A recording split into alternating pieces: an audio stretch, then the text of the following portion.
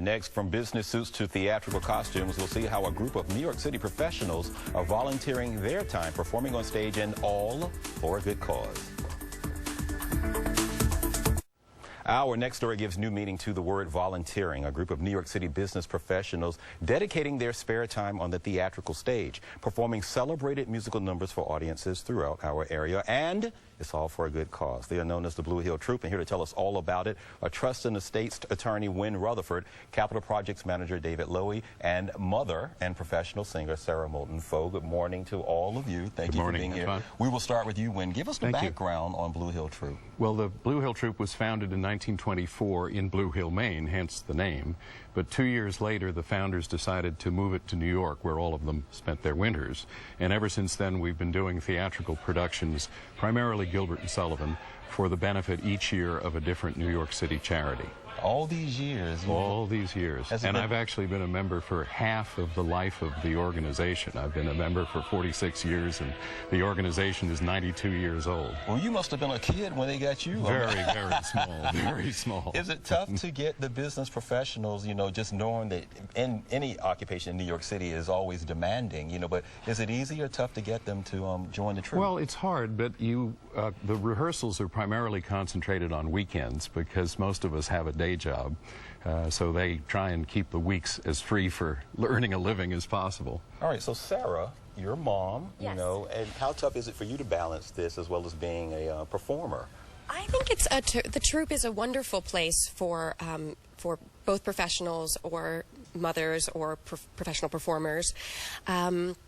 The rehearsals are on Saturdays and Tuesday nights, sometimes Sundays. So I found that it's a great outlet for my creativity, and also to meet other creative individuals who want to give back to the community, as these performances are for charity.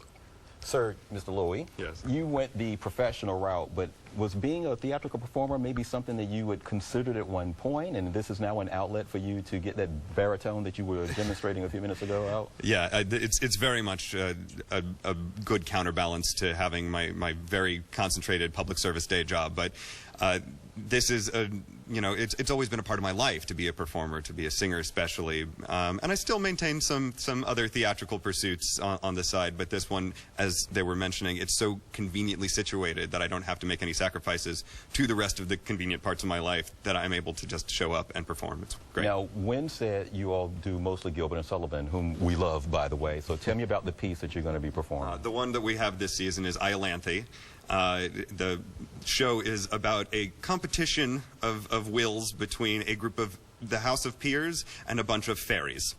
The song that we're going to be singing is If We're Weak Enough to Tarry. It's the romantic duet from the second act, where we have figured out, being Strephon and Phyllis, those are the characters, where we have figured out that we should just hurry up and get married, or we might change our minds. All right. Can't wait, Phyllis, to hear that. But before you do that, let me say goodbye to everyone. Now, to learn more about today's show, go to our website, fox5ny.com, and click on the Public Affairs tab. You can also follow us on Twitter as well as like us on Facebook. We're going to let them take it away, and Wynn and I are going to step off and watch you and enjoy. Good. Have a good day.